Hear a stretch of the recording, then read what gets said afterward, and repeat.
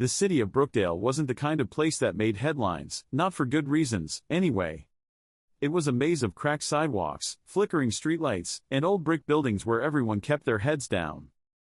But on one of those walls, an abandoned factory by the train tracks, something was changing. Under the cover of night, a teenager in a gray hoodie worked quietly, spray can hissing in the dark. His name was Jaden Brooks, 17 years old, thin but strong, his backpack full of half-used cans and sketchbooks covered in wild designs. His art wasn't just graffiti. It was messages, faces of people who'd gone missing, symbols of hope, pieces of beauty on the city's forgotten walls. But to most people, especially the police, Jaden was just another vandal. That morning, Officer Daniel Reed pulled his cruiser up beside the factory inside. Another report. Another wall. Another waste of time. Reed was in his early 40s, a veteran cop with 15 years on the force and a growing sense that nothing ever really changed. He stepped out, shaking his head as he looked at the mural, a huge, colorful piece of a crying woman whose tears turned into roses. Underneath it were words in bold silver letters. Some cries are never heard. Reed muttered, "Yeah, and neither are city cleanup requests." He took a few pictures for the report, then saw a shadow move behind the fence. "Hey!" he barked. "You there?" Jaden froze. His heart raced. He dropped the can and bolted, ducking behind the fence and sprinting through the alley. Reed gave chase, but the kid was fast, too fast. By the time he rounded the corner, all that was left was a half-empty can of red spray paint. Reed picked it up, annoyed. Another punk with too much time. That night, at the station, his partner Officer Morales glanced at the report. "Same tagger, huh? The one with the fancy murals?" "Yeah," Reed grumbled. "Kid's got talent, I'll give him that. Too bad he's wasting it." Morales raised an eyebrow. "Or maybe he's trying to say something." Reed snorted. "What, with vandalism?" "Yeah, real deep." Morales shrugged.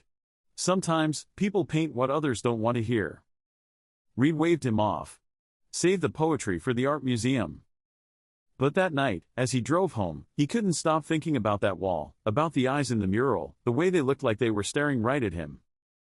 A week later, a call came in, a missing girl, 17 years old, last seen near the train tracks. Her name was Marissa Lee. Reed sighed as he looked at her photo. "Another runaway," he muttered. But Morales frowned. "Look at her necklace, that heart pendant. Didn't we see that before?" Reed frowned. "Where?" Morales pulled up the picture of the mural Reed had taken days earlier, the one with the crying woman. And there it was, the same necklace, painted in perfect detail, hanging from the woman's neck. Reed felt his stomach twist. "You were telling me that Graffiti Kid painted this before the girl even went missing?" Morales nodded slowly. "Or maybe he saw something we didn't." For the first time, Reed realized, the vandal he'd been chasing might not be breaking the law. He might be the only one trying to show the truth. 2 days after the missing girl's report, Officer Daniel Reed was sitting in his patrol car, staring at the photo of Marissa Lee on his dashboard. Her brown eyes, bright and full of life, now stared back at him from flyers taped all over the city. He rubbed his temples. "Another case that's going nowhere," he muttered. But something about that mural wouldn't leave his mind, the crying woman with the same necklace. It wasn't coincidence. The detail was too precise. That afternoon, he and Officer Morales drove back to the abandoned factory. Most of the graffiti had been covered by rain, but the mural remained vibrant. Morales squinted at it. "Look closely," she said. "It's not just the necklace. The background, those symbols, they look like street signs." Reed stepped closer. The shapes weren't random, they matched markings from an intersection near the Southbridge district, a part of town riddled with warehouses and forgotten lots. He exhaled. "You think the kids saw something?" Morales nodded. "Or someone." That night, Reed did something he'd never done before. He drove through the streets alone, following the clues from the mural. He ended up under a bridge, walls covered in color. And there, under the glow of a streetlight, was Jaden Brooks again, the same hoodie, the same quiet focus. The sound of spray paint filled the air. Reed stepped out, flashlight in hand. "You don't make this easy, kid." Jaden froze mid-stroke, then sighed. "You again." Reed approached slowly. We need to talk. Jaden shook his head. You were just gonna arrest me again. I'm not here to arrest you, Reed said, lowering the light. I just want to know how you knew about that necklace. Jaden turned, eyes cautious. I didn't know. I saw it. A week before she went missing. Reed frowned. Where? Jaden hesitated, then pointed to the wall he'd been painting. It showed a dark alley, a girl with a frightened expression, and behind her, the outline of a man's jacket, half hidden in shadow. I saw him dragging her into a van near the tracks, Jaden said quietly. I tried to tell people, but no one listens to a kid with spray cans. Reed's heart sank. You didn't report it? Jaden laughed bitterly. To who? The cops who think I'm a criminal? Reed had no answer. As Jaden packed up his paints, Reed said, Show me where it happened. They drove to the Southbridge tracks, a desolate stretch of road lined with warehouses. Jaden pointed toward one with boarded-up windows. There, he said. That's where I saw the van. Reed radioed dispatch. This is Officer Reed. I'm checking out a lead on the Lee case, Southbridge Industrial Lot 42. Morales' voice came back immediately. Copy that. Back up on the way. They approached the warehouse cautiously. The door creaked open, and the smell of oil and dust filled the air. Then, in the beam of Reed's flashlight, a flash of silver. He crouched. A necklace, tangled in the dirt. A small, heart-shaped pendant. Jaden whispered, That's hers. Reed stared at it, realization hitting like a punch to the chest. The vandal had just cracked the first real lead in weeks. He looked at Jaden, the kid standing there, paint on his hands, fear in his eyes, and for the first time, Reed didn't see a delinquent. He saw a witness. A storyteller. An artist who saw truth when no one else did. That night, as evidence teams swarmed the scene, Morales clapped Reed on the shoulder. Guess your graffiti kid's more useful than you thought. Reed nodded slowly. Yeah. Maybe it's time I start seeing what he's really painting. By morning, the discovery at the Southbridge warehouse had made the local news. The reporters didn't know the full story yet, just that a missing girl's necklace had been found by police. What they didn't mention was who led them there. That part, Officer Daniel Reed kept to himself. He sat in his office staring at a printed photo of the mural, the crying woman, the alley, the faint shadow of a man's jacket. Every detail was like a message hidden in color. And if Jaden had been right once, maybe his art was trying to tell them something again. That afternoon, Reed drove back to Jaden's neighborhood, a quiet stretch of old apartment buildings with peeling paint and kids playing basketball in cracked courts. He found Jaden sitting on the stoop, sketching at a small pad. Reed got out of the car. You ever stop working? Jaden smirked without looking up. You ever stop doubting people? Reed chuckled, just barely. Touché. He sat beside him. You've got an eye for detail. I could use that. Jaden glanced up.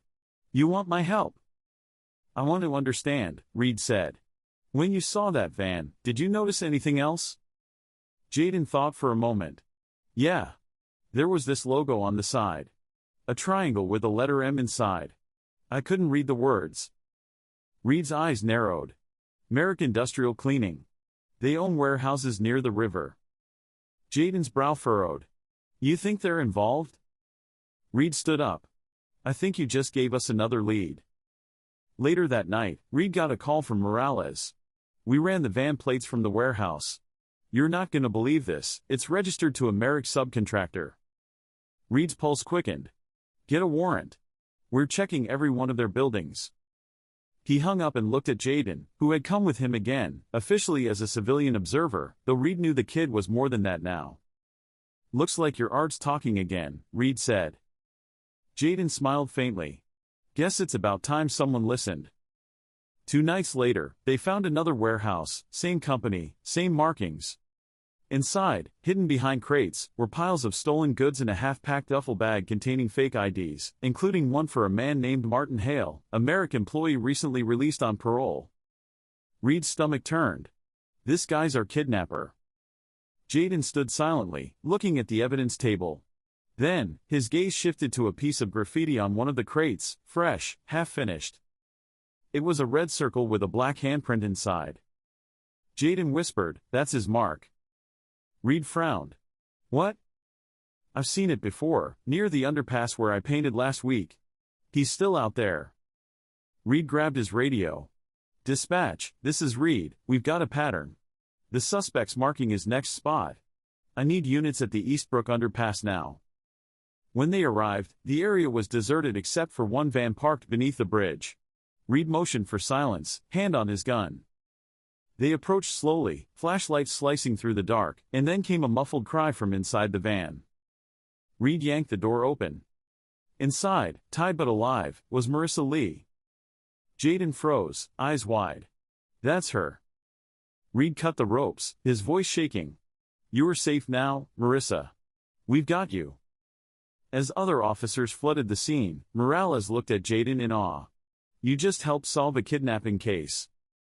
Jaden shrugged, overwhelmed. I just painted what I saw. Reed put a hand on his shoulder. Yeah, kid. But you also saw what none of us did. Later, as the crowd cleared, Reed looked at the mural under the bridge, the one Jaden had painted weeks before. It showed a woman breaking free from chains, her hands glowing with light. Underneath, the words read, "Truth is louder in color." Reed smiled softly. Guess you've been solving crimes your own way all along. Jaden looked up at him.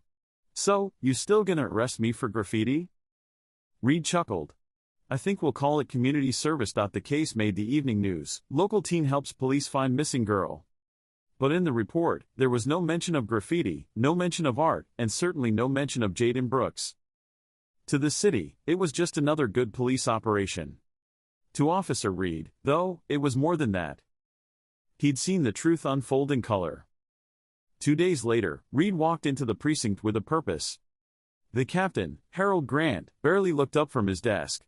Reed, nice work on the Lee case. Heard you found the suspect's van yourself. Reed frowned. That's not exactly how it happened. Grant sighed. Look, if you're gonna bring up that graffiti kid again. I'm not bringing him up, Reed interrupted. I'm giving him credit. The captain leaned back. Credit? For vandalism? He's not a vandal, Reed said, his voice firm. He's the reason we found Marissa Lee alive. He saw things nobody else did, and he used his art to show it. Grant crossed his arms. So, what do you want me to do? Give him a medal for breaking the law? Reed leaned forward. No. I want to change the law that ignores kids like him. The captain sighed, frustrated, but there was something different in Reed's eyes, conviction. Not the usual weary cynicism, but something burning and human. Fine, Grant said finally. You want to stick your neck out for a street artist? Go ahead. But if this backfires, it's on you. Reed smiled faintly. It's been on me for years. About time I did something right. That afternoon, Reed drove back to Jaden's neighborhood. He found him painting again, not in secret this time, but in broad daylight, surrounded by curious kids watching him work. The wall he was working on wasn't a protest or a memorial. It was hope. In the center, a pair of hands lifted a small city skyline, painted in radiant color. Reed stood behind him, smiling. You don't sleep much, do you? Jaden laughed softly. I dream while I'm awake. Reed watched him for a while, then said, Listen. The department's organizing a community art project. They want you to lead it. Jaden froze mid-stroke. Wait, they want me? Reed nodded. We're turning some of the old factory walls into public art spaces. No arrests, no running, no hiding. Just paint. Jaden turned, disbelief flickering in his eyes. You serious? Dead serious. I already talked to the city council. Jaden grinned. You? The guy who called me a vandal? Reed chuckled. Yeah. Guess people can change, too. A month later, the old Southbridge factory was reborn. The broken, gray walls that once symbolized crime and decay now exploded with color, scenes of unity, of strength, of justice. And at the heart of it all, one mural stood above the rest.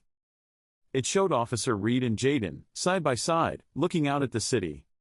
Above them, in bright orange letters, it read, See the unseen. Listen to the unheard.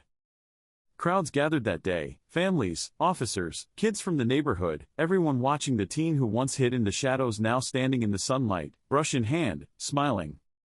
When the reporters asked him why he painted, Jaden said simply, "Because walls don't just divide us. They can tell stories, too, if you let them." After the ceremony, Reed stood beside him, looking up at the mural. "You know," he said quietly, "I used to think art had nothing to do with justice." Jaden smirked. "And now?" Reed smiled. "Now I think you're the best detective I've ever met." They laughed, the sound echoing off the colorful walls, the same walls that once hid fear, now filled with hope. And as the sun set behind the city skyline, Reed realized something simple but profound. Sometimes justice isn't written in reports or courtrooms. Sometimes, it's painted in color, by the hands of someone brave enough to be seen.